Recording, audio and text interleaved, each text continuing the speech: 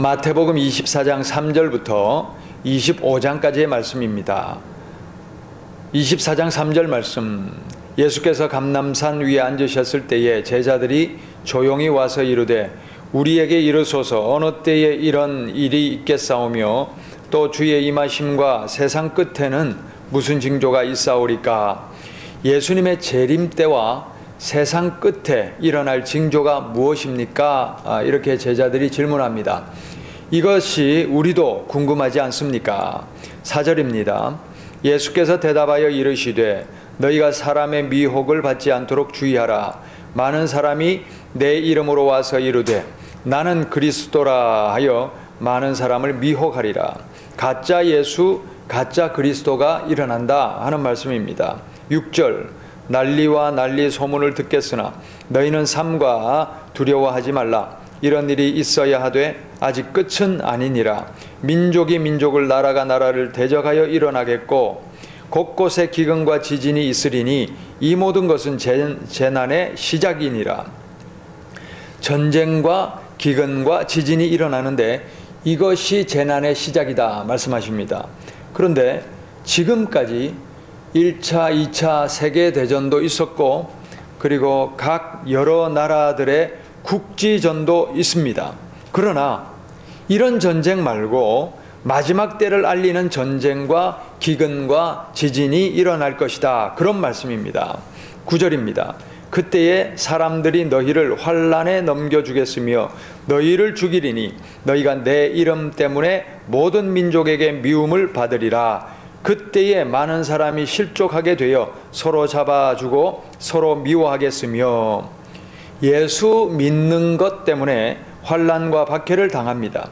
그런데 초대교회 때에도 예수 믿다가 심한 환난과 박해를 당했습니다. 그래서 고린도전서 16장 22절에 보면 마라나타 우리 주님이 오신다 이런 선포가 나옵니다. 또 요한계시록에도 고난당하는 성도들이 예수님이 속히 재림하시기를 고대하고 있습니다. 그런데 그때에는 왜 예수님이 재림하지 않으셨을까요? 바로 14절 때문입니다. 14절 말씀. 이 천국 복음이 온 세상에 전파되리니 그제야 끝이 오리라. 초대교회 때에는 환난과 박해는 있었지만 천국 복음이 온 세상에 전파되지는 않았었습니다. 따라서 그 혹독한 고난 앞에서 초대교회는 그때가 예수님의 재림 때인 줄 알고 고대하였지만 아직 끝은 아니었던 것입니다. 그런데 지금은 어떻습니까? 모든 민족과 온 세상에 천국 복음이 전파되었습니다. 그러므로 이 예언의 말씀이 우리들에게는 예사롭게 들리지 않고 있으며 바로 우리 당대에 일어날 수 있는 예언의 말씀으로 우리 모두가 귀를 기울여야 할 것입니다. 15절 말씀. 그러므로 너희가 선지자 다니엘이 말한 바 멸망에 가증한 것이 거룩한 곳에 선 것을 보거든 읽는 자는 깨달을진저. 이 구절은 다니엘서 9장 26절 27절의 내용을 인용한 것입니다. 26절입니다. 62일의 후에 기름 부음 받은 자, 메시아죠. 예수님을 가리키죠.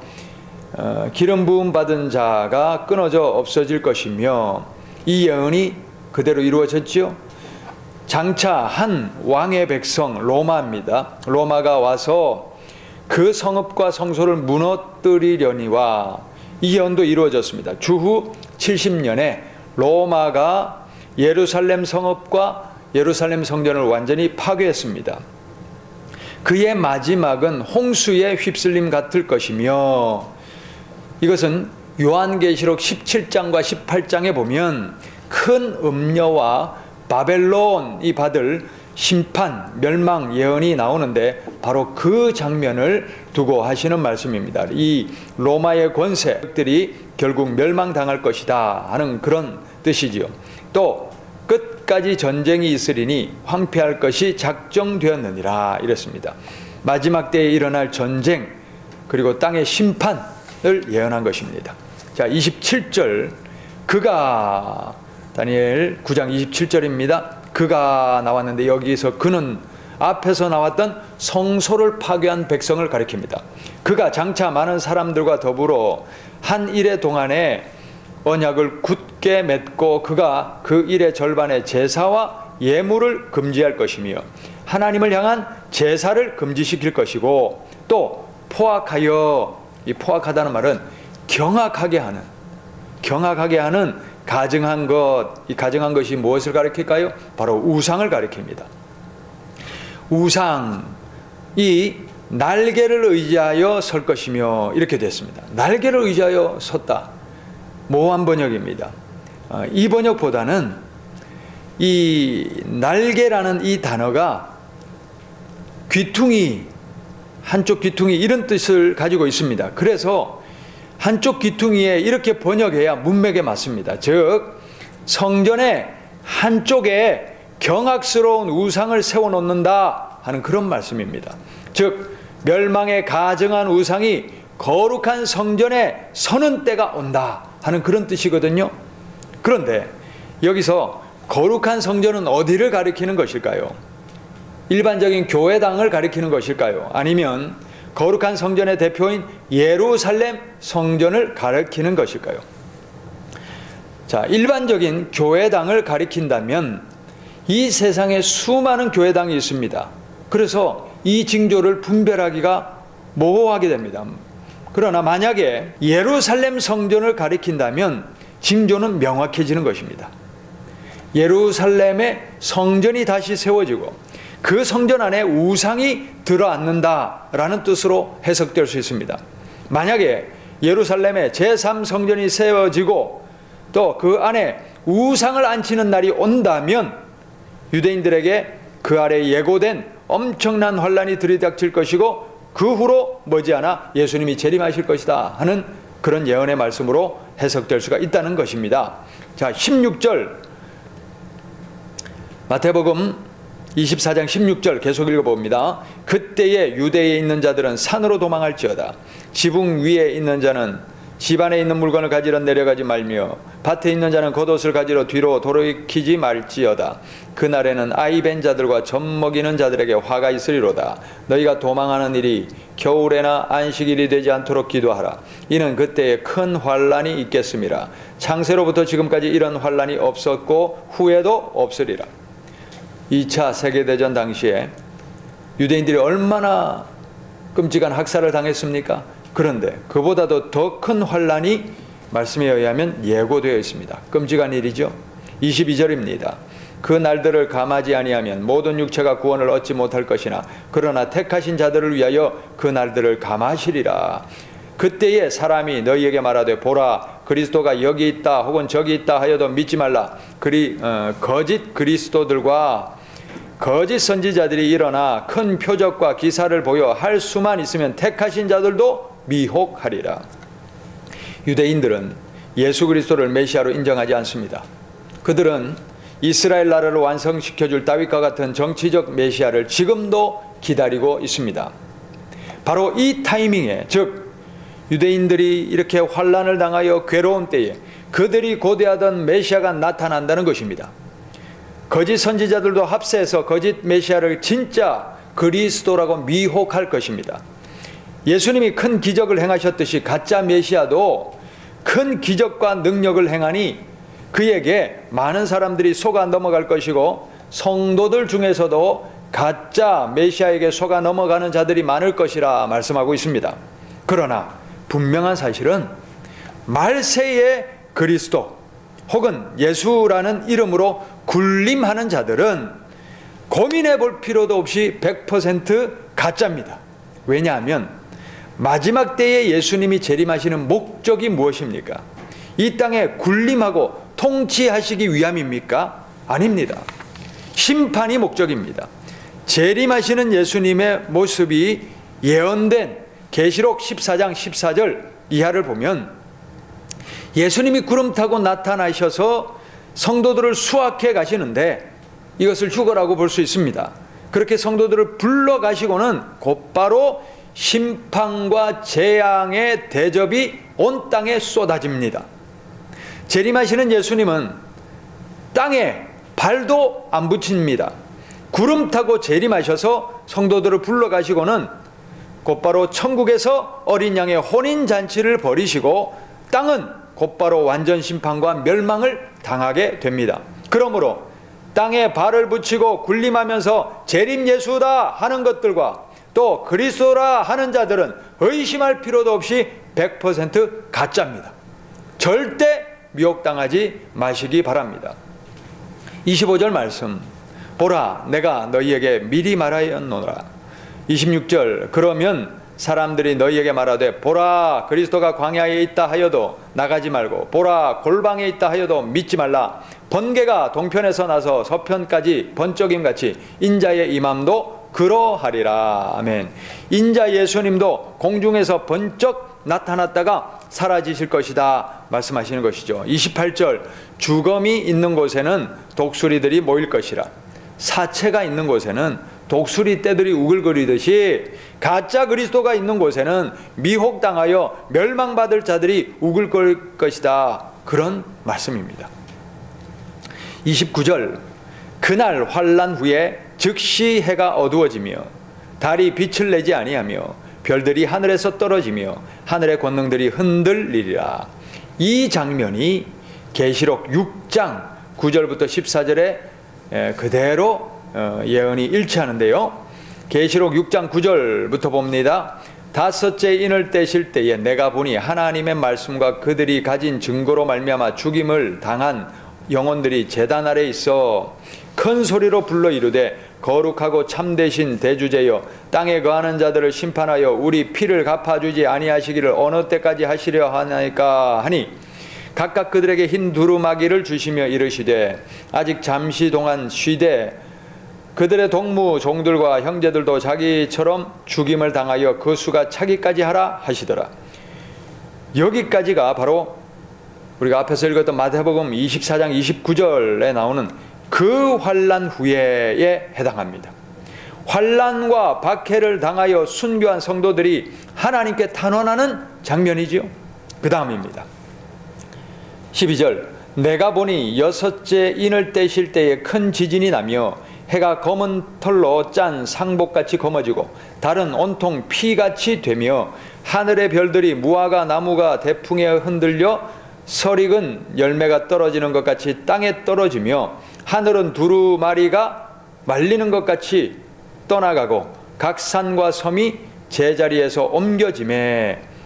이 구절이 마태복음 24장 29절과 정확하게 일치하는 것을 볼 수 있습니다. 이것은 다섯 번째 인과 여섯 번째 인을 뗄 때에 일어날 징조들, 예수님의 말씀과 또 계시록의 말씀이 그대로 일치하고 있다는 것을 우리가 눈여겨볼 필요가 있습니다. 그리고 다시 돌아갑니다. 마태복음 24장 30절, 그때에 인자의 징조가 하늘에서 보이겠고 그때에 땅의 모든 족속들이 통곡하며 그들이 인자가 구름을 타고 능력과 큰 영광으로 오는 것을 보리라. 그가 큰 나팔 소리와 함께 천사들을 보내리니 그들이 그의 택한 자들을 하늘 이 끝에서 저 끝까지 사방에서 모으리라. 아멘. 계시록 14장 14절부터 16절 말씀과 의미가 일치하는 것을 볼 수 있습니다. 계속해서 32절 말씀, 무화과 나무의 비유를 배우라. 그 가지가 연하여 지고 잎사귀를 내면 여름이 가까운 줄을 아나니 이와 같이 너희도 이 모든 일을 보거든 인자가 가까이 곧 문 앞에 이런 줄 알라. 이런 일들이 일어나는지 영적인 안목을 열고 우리는 잘 지켜보고 분별해야 할 것입니다. 34절, 내가 진실로 너희에게 말하노니 이 세대가 지나가기 전에 이 일이 다 일어나리라. 여기서 이 세대는 어느 세대를 가리킬까요? 예수님과 제자들, 예수님이 말씀하시는 그 당시의 제자들, 이 세대를 말할까요? 그렇게 볼 수 없습니다. 왜냐하면 만약에 그 세대가 예수님 당시의 세대를 가리키는 것이라면 예수님이 이미 재림하셨어야 되지요. 그렇다면 초대교회 성도들이 너무나 심한 환난을 당하다 보니 예수님이 그 세대에 오시기를 고대하며 이 세대라는 표현을 집어넣은 것일까요? 그렇다면 기록된 성경을 믿을 수가 없게 되죠. 그래서 우리는 이 세대를 어떻게 해석해야 될까 의문에 빠지는 것입니다. 자, 그런데 여기서 이라는 단어는 헬라어로 후토스라는 단어입니다. 이 뜻이 대부분 this, 이것이라는 뜻을 가지지만 드물기는 하지만 the same, 동일한 그런 뜻으로 번역될 수가 있습니다. 예를 들면 마태복음 26장 23절 말씀입니다. 예수님이 최후의 만찬을 하시면서 이런 말씀을 하시죠. 대답하여 이르시되 나와 함께 그릇에 손을 넣는 그가 나를 팔리라. 여기서 그릇이라는 단어 앞에 후토스라는 단어가 있습니다. 다시 말하면 나와 함께 이 그릇에 손을 넣는 그가 나를 팔리라. 여기서 이 그릇을 나와 함께 같은 그릇에, 나와 함께 한 그릇에, 그 식탁에 그릇이 여러 개 있을 것 아닙니까? 그런데 나와 함께 한 그릇에 손을 넣는 그가 나를 팔리라. 바로 이 후토스가 이것 또는 한, 같은, 그렇게 번역될 수, 해석될 수 있다는 것입니다. 이처럼 마태복음 24장 34절도 예수님이 말씀하신 이 일들이 다 이루어지기까지는 이 세대, 다시 말하면 그 세대, 예수님의 그 재림의 여러 징조들이 통하는 그 세대가 끝나지 않을 것이다. 즉, 한 세대 동안에 이 모든 징조가 시작부터 끝까지 다 이루어질 것이다. 이런 뜻입니다. 이렇게 해석한다면 예수님이 예고하시는 이 재난의 징조가 시작되면 한 세대 내에 예수님의 재림까지가 다 완성된다는 말씀입니다. 한 세대를 보통 몇 년을 봅니까? 약 30년 보지요? 그렇다면 예수님이 예고하신 재난의 징조가 시작되면 30년 내에 예수님의 재림까지가 완성된다 하는 그런 예언의 말씀으로 해석될 수 있다 하는 것입니다. 이렇게 예수님의 재림을 맞을 세대가 바로 우리 세대가 될지 아니면 우리 자녀 세대가 될지는 모릅니다. 또는 그 이후 세대가 될 수도 있겠죠. 어떻든 지금 세상의 풍조를 보면 예수님의 재림이 그만큼 임박하였다 하는 사실은 분명합니다. 자, 35절 말씀. 천지는 없어질지언정 내 말은 없어지지 아니하리라. 그러나 그날과 그때는 아무도 모르나니 하늘의 천사들도 아들도 모르고 오직 아버지만 아시느니라. 예수님이 재림하시는 정확한 날짜를 계시받았다라고 주장하는 시한부 종말론 100% 가짜다 하는 것을 우리가 이 말씀을 통하여 알 수 있습니다. 37절 노아의 때와 같이 인자의 임함도 그러하리라. 홍수 전에 노아가 방주에 들어가던 날까지 사람들이 먹고 마시고 장가들고 시집가고 있으면서 홍수가 나서 그들을 다 멸하기까지 깨닫지 못하였으니 인자의 임함도 이와 같으리라. 자, 그 이하에 나오는 우리가 40절부터 51절까지 말씀과 그 뒤에 이어서 나오는 25장의 말씀들을 비교해 볼 필요가 있습니다. 40절부터 44절까지의 내용, 24장 40절부터 44절까지의 내용은 25장 1절부터 13절에 나오는 열처녀 비유와 일치합니다. 자, 40절에 한번 보십시오. 40절에 보시면 그때에로 시작하죠. 토테라는 단어입니다. 마찬가지로 25장 1절이 어떻습니까? 그때에 똑같은 토테라는 단어로 시작하지요. 일치합니다. 끝도 마찬가지입니다. 24장 44절 끝이 어떻게 끝납니까? 이러므로 너희도 준비하고 있으라. 생각하지 않은 때에 인자가 오리라. 이렇게 되어 있죠. 25장 13절 열처녀 비유의 끝 어떻게 끝납니까? 그런즉 깨어 있으라. 너희는 그날과 그때를 알지 못하느니라. 유사하지요. 서로 내용도 유사합니다. 24장 40절부터 44절 이 내용은 두 사람이 밭을 가다가 한 사람은 남고 한 사람은 데려감을 당하고, 또 두 여자가 맷돌을 갈다가 한 사람은 데려감 당하고 한 사람은 버려둠 당한다, 이런 내용입니다. 25장의 열처녀 비유도 동일하지요. 5은 혼인잔치에 들어가지만 5은 못 들어간다, 버림받는다, 이런 내용이 나오면서 일치하고 있는 것을 볼 수 있습니다. 또요, 그 이후에 24장 45절부터 51절 이 내용을 유심히 살펴보면 이 내용이 바로 25장 14절부터 30절에 나오는 달란트 비유와 일치한다 하는 것을 찾아볼 수 있습니다. 24장 45절에 보면 종이 나오고 또 주인이 나오죠. 달란트 비유는 어떻습니까? 종과 주인에 관한 비유지요. 내용은 어떻습니까? 둘 다 주인이 맡겨준 재물을 지혜롭게 쓰라 하는 그것에 관련된 말씀입니다. 끝은 어떨까요? 자, 24장 51절 어떻게 끝이 납니까? 슬피 울며 이를 갈리라. 달란트 비유의 끝은요, 슬피 울며 이를 갈리라, 이렇게 끝이 나고 있습니다.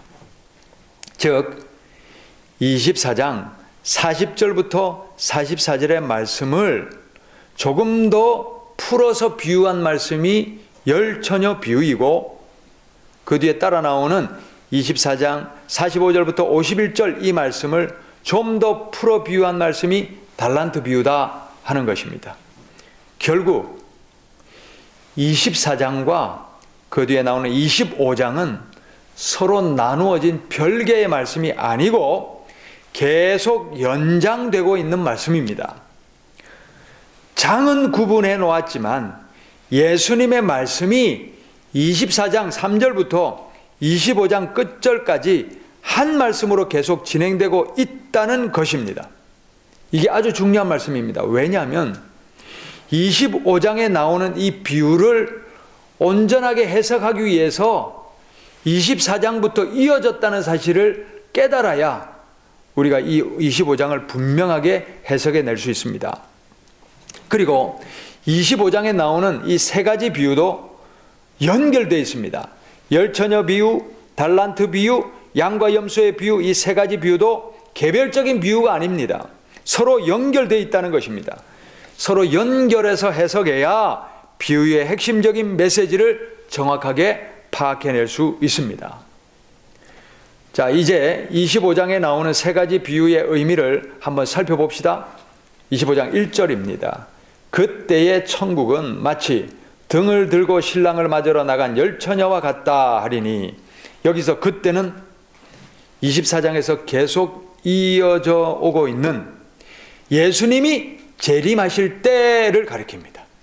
그때에로 시작합니다. 예수님이 재림하실 때를 비유로 들고 계신데, 신랑이 오기를 준비하고 있던 열처녀가 있습니다. 여기서 정확하게 표현하자면 이 열처녀는 신부의 친구들을 말합니다.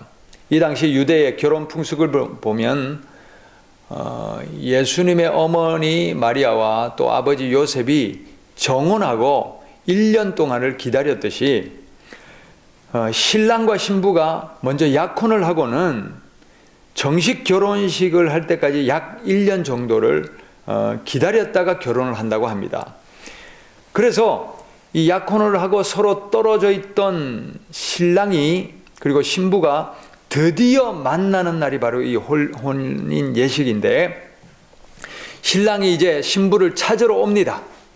그런데 거리상의 이유 또는 신랑의 여러 가지 컨디션의 이유 또는 여러 가지 상황들, 그런 것으로 인해서 신랑이 언제 올지를 예측을 못하는 거예요.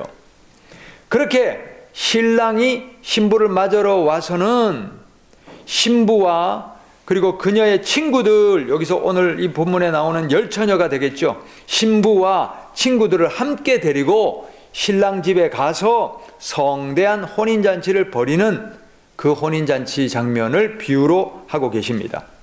그런데 신랑이 올 때를 준비하고 있던 이 신부의 친구들에게 어떤 일이 일어납니까?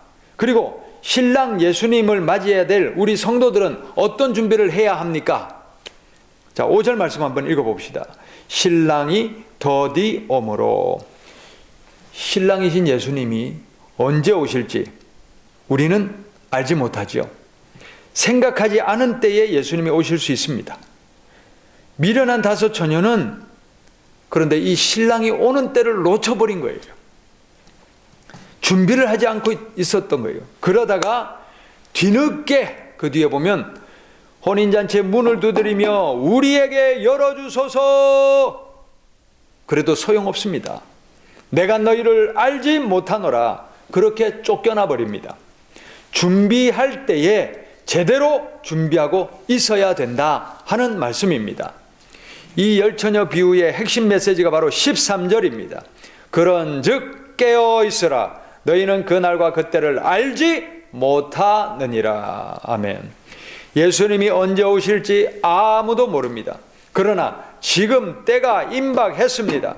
예수님이 언제 오시든지 맞이할 준비가 우리는 되어 있어야 합니다. 매 순간을 마지막처럼 깨어 준비할 수 있는 우리 모두가 되어야 합니다. 그런데 무엇을 준비해야 합니까? 우리는 어떻게 준비해야 됩니까? 이에 대한 또 이어지는 답이 바로 달란트 비유와 양과 염소의 비유라 하는 것입니다. 어떤 준비를 해야 되느냐? 이 달란트 비유의 요점은 주인이 맡겨주신 달란트, 그것이 재물이 될 수도 있고 재능이 될 수도 있고 또 능력이 될 수도 있고 은사나 또는 우리의 시간이 될 수 있습니다. 이 달란트를 열심히 투자하고 사용해서 그만큼 더 남겨라, 그런 말씀입니다. 그런데 한 달란트 받았던 종은 어떻게 합니까? 24절 말씀. 한 달란트 받았던 자는 와서 이르되 주인이여 당신은 굳은 사람이라 엄한 사람이라 심지 않은 데서, 여기서 심다는 것은 sow, 씨를 뿌리다 이런 뜻입니다. 씨를 뿌리지 않은 데서 거두고 해치지 않은 데서, 해치다는 것은 scatter, 그래서 흩어뿌리다 이런 뜻인데 흩어뿌리지 않은 데서 모으는 줄을 내가 알았으므로 이렇게 되어 있습니다. 두려워하여 나가서 당신의 달란트를 땅에 감추어 두었나이다. 보소서 당신의 것을 가지셨나이다.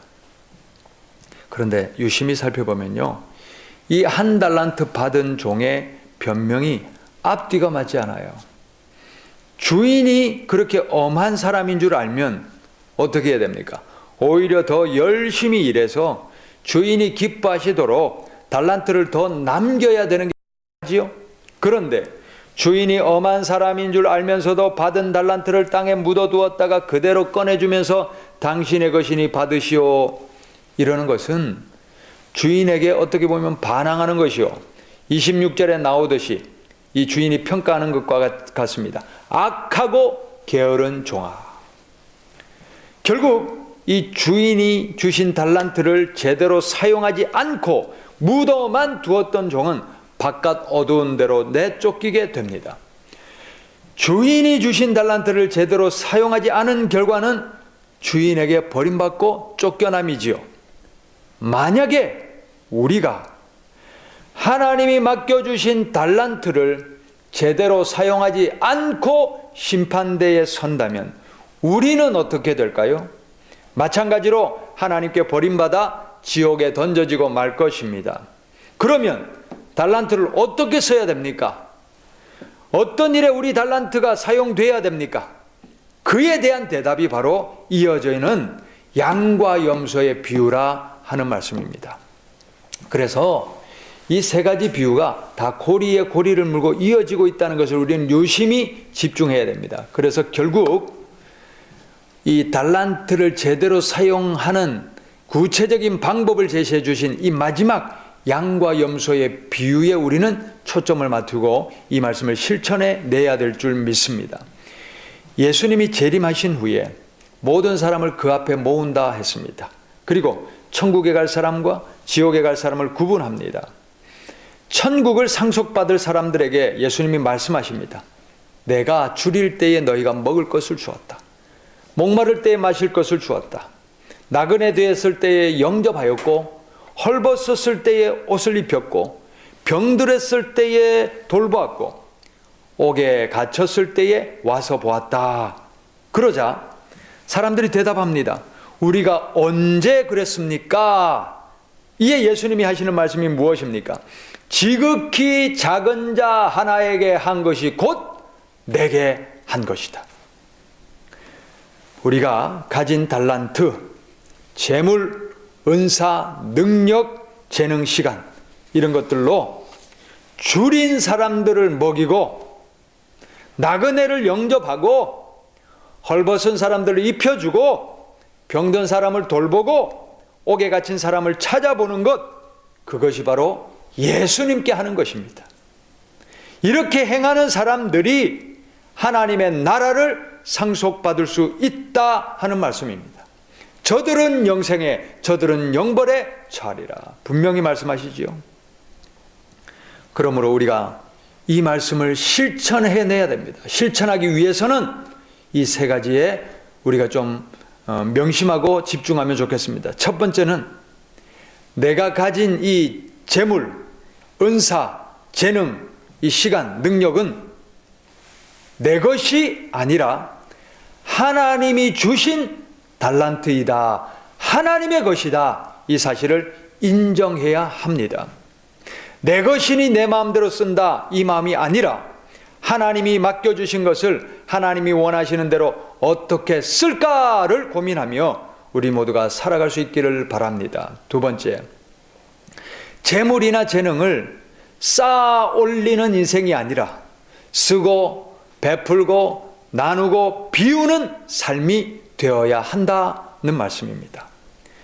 땅에 쌓이는 재물에는 도둑이 낀다고 그랬어요. 도둑과 같은 마귀가 끼고 슬금슬금 빠져나가게 하는 동록이 생긴다 그랬습니다. 그러나 이 재물, 우리의 달란트를 하나님의 목적대로 쓰면 그것이 하늘에 쌓인다 그랬습니다. 할렐루야. 하늘에 쌓입니다. 재물을 쌓는 인생이 아니라 하나님의 뜻대로 쓰고 비우는 우리 모두가 되어야 할 줄 믿습니다. 끝으로 세 번째, 공부하는 목적, 돈 버는 목적, 재능을 키우는 목적, 그 목적이 무엇입니까? 내가 성공하고 내가 잘 먹고 잘 살기 위함이 아니라 하나님의 뜻대로 쓰임받기 위함이 되어야 합니다. 공부해서 남주나가 아니라 남주기 위하여 공부하고 남주기 위하여 돈 벌고 하나님께 쓰임받기 위해 재능을 키우는 그런 삶이 되어야 될 줄 믿습니다. 내가 가진 모든 것은 하나님이 맡겨주신 달란트입니다. 하나님의 것을 하나님의 뜻대로 쓰는 것은 당연합니다. 하나님께 드림이 되고 쓰임을 받아 내 욕심은 점점 비워지고 하나님으로는 채워지는 그런 천국 백성 다 될 수 있기를 바랍니다. 말씀을 맺습니다. 마태복음 24장 그리고 25장은 예수님의 재림 때에 대한 징조 그리고 그에 대한 대비 어떻게 해야 되는가 알려주는 하나로 연결되어 있는 말씀입니다. 그래서 25장에 나오는 세 가지 비유, 열처녀 비유, 핵심 메시지가 뭡니까? 예수님이 언제 오실지 알지 못하므로 깨어 준비하라. 깨어 준비하라. 그러면 어떻게 준비해야 됩니까? 그게 두 번째 이어지는 달란트 비유입니다. 하나님이 맡겨주신 달란트를 제대로 잘 사용하고 또 쓰면서 준비하라. 어디에다 사용해야 됩니까? 어떻게 사용해야 됩니까? 그것이 바로 세 번째 이어지는 비유죠. 양과 염소의 비유입니다. 지극히 작은 이웃에게 한 것이 곧 예수님에게 한 것이다 하는 말씀입니다. 분명하지요? 우리에게 맡겨주신 달란트를 하나님이 나에게 맡겨주신 것임을 기억하고 하나님의 뜻대로 제대로 사용하여 하늘의 보화를 쌓고 마침내 천국을 다 상속받는 우리 모두가 되기를 간절히 바랍니다.